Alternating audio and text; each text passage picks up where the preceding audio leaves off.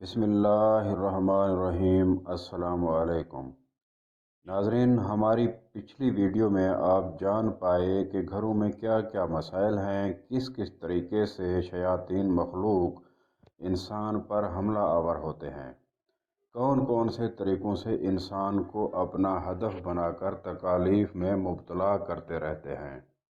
اور اس ویڈیو میں آپ سے وعدہ کیا تھا کہ آخر کیا ایسا راستہ اپنایا جائے جس سے ان شیطانی مخلوق کے وار سے بچا جا سکے، اور جو لوگ ان کے وار میں مبتلا ہیں یا جو لوگ ایسی کسی پریشانی میں مطلب روزی کی پریشانی، خواہ مخواہ کی ٹینشن یا کوئی ایسی بیماری جس کا کوئی علاج سے فرق نہیں پڑ رہا، ان مسائل کا حل کیا ہے، اور آج کی ویڈیو میں وہ حل آپ لوگوں کو بتائیں گے۔ کچھ اس قسم کی صورتحال سے میں خود گزرا ہوں، جو طریقہ میں نے اپنایا چاہتا ہوں آپ بھی مستفید ہوں۔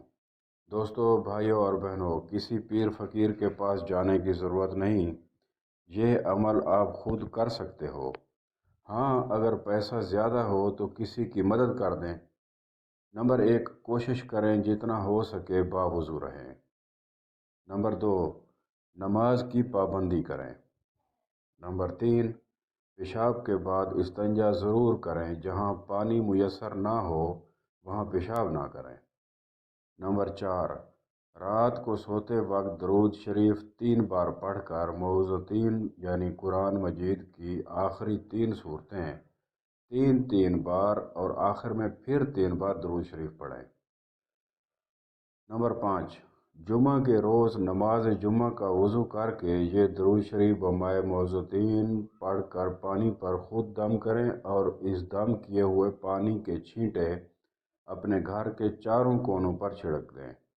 خیال رہے یہ چھینٹے کسی گندی جگہ نہ پڑیں، اور یہ بھی خیال کہ ایسی جگہ چھینٹے نہ جائیں جہاں کسی کا پاؤں آئے۔ اللہ تعالیٰ سب خیر فرما دیں گے انشاءاللہ۔ دماغی پریشانی ہو یا دل پریشان یا اداس ہو، اس صورت میں دم کیا ہوا پانی پیا بھی جا سکتا ہے۔ اللہ تعالیٰ آپ کو خوش رکھے، آمین۔ السلام علیکم۔